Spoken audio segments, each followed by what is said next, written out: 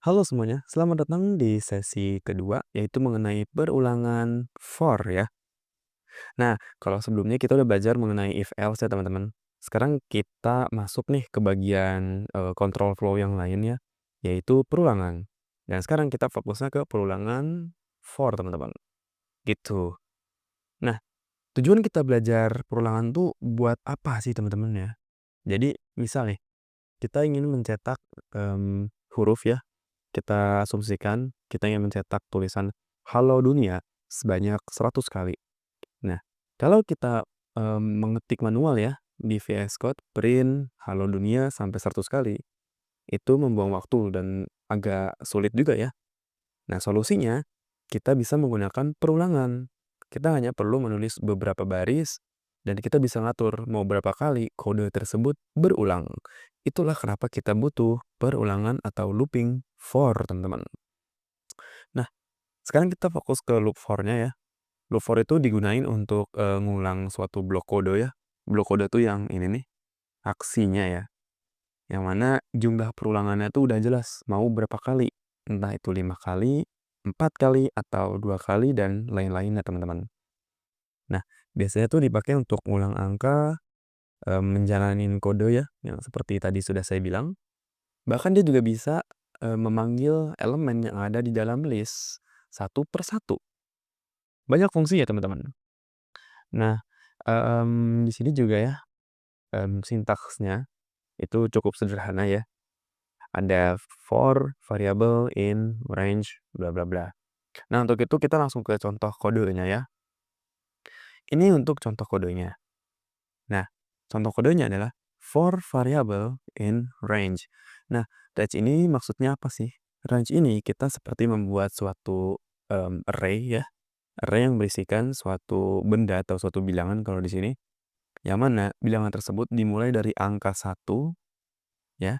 Kemudian batasnya adalah lebih kecil dari 10 ya, dan dia akan mengalami step atau penjumlahan sebanyak 2. Ini bisa kita kosongkan atau kita tulis angka 1 atau angka 3 sesuka hati kita, teman-teman.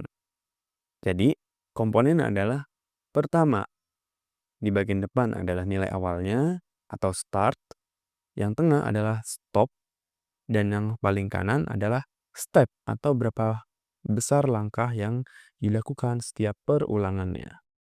Begitu teman-teman.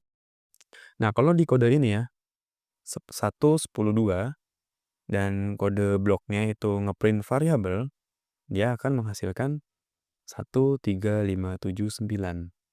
Oke. Mungkin kalau kita lihat di gambar dong agak sulit ya. Kita langsung ke VS Code ya teman-teman. Kita langsung coba ngoding. Let's go. Oke semuanya, sekarang kita udah ada di VS Code ya untuk nyoba simulasiin, perulangan for yang tadi sudah kita buat ya. Sekarang kita coba bikin nih. Misal kita ingin melakukan perulangan dengan for, kita tulis dulu sintaks dasarnya. For, i atau variabel, in range, titik 2, dan ini adalah kode blok. Misal, kita ingin melakukan perulangan, yang diawali dari angka 1, kemudian batasnya adalah angka 5, berarti kita taruh 6. Dan dia akan mengalami, penjumlahan sebanyak plus 2. Berarti kita taruh angka 2 di sini. Begitu teman-teman. Nah, kalau kita cek ya, kita print nilai i-nya ya, nilai yang ini, itu akan menjadi seperti ini teman-teman. 1, 3, 5. Begitu. Jadi fungsi huruf i di sini atau variabel di sini, itu seperti kita penyimpanan sementara ya atau variabel sementara yang akan digunain di dalam for, teman-teman. Nah, tadi kan saya udah bilang juga ya, kalau for itu bisa digunain untuk mengambil setiap elemen yang ada di dalam list. Kita contohin, list, jadi gini, list nama sama dengan, kita tulis Asep, Budi, Udin, dan juga Hans. Hans, gini ya. Nah, cara kita memanggil setiap elemennya, ya kita bisa pakai for nih teman-teman. Jadi kita nggak usah nulis print, list nama, terus taruh indeks 0, indeks 1, indeks 2, dan seterusnya. Kita cukup tulis for Ini variabel bebas ya, I in list nama, gini. Nah, kalau kita print nilai I-nya ya, kita print gini, yang muncul adalah setiap elemen yang ada di dalam list tersebut. Jadi fungsi variabel I yang di sini nih, ini tuh seperti kita sementara teman-teman. Jadi yang ada di list nama diambil satu persatu, kemudian ketika kita mengambil satu persatu, itu ditaruh dulu nih di variabel I. Nah, setelah ditaruh di variabel I, baru dilakukan proses di dalam kode bloknya. Begitu teman-teman cara kerja dari perulangan for. Nah, kalau kita tes ya, kita pakai yang range lagi kayak tadi. Misal dari 1 sampai angka 6, berarti 7. Nah, ini kita cek nih. Oh, ini berantakan. Nah, lihat. Kan biasanya kita naruh angka 2, angka 3 gitu ya. Nah, kalau kita nggak naruh angka di belakangnya, hanya 1,7, itu dia akan otomatis menaruh atau menuliskan angka 1 seperti ini sebenarnya teman-teman. Tapi kalau kita hanya ingin plus 1, nggak usah ditulis nggak apa-apa. Bisa teman-teman. Begitu. Dan ada hal unik juga yang bisa dilakukannya di dalam for. Semisal kita ingin menuliskan string seperti ini, string pagar ya. Kita tahu outputnya bakal seperti ini ya teman-teman. Tapi gimana kalau string pagar ini kita kalikan dengan suatu variabel. Variabelnya adalah I.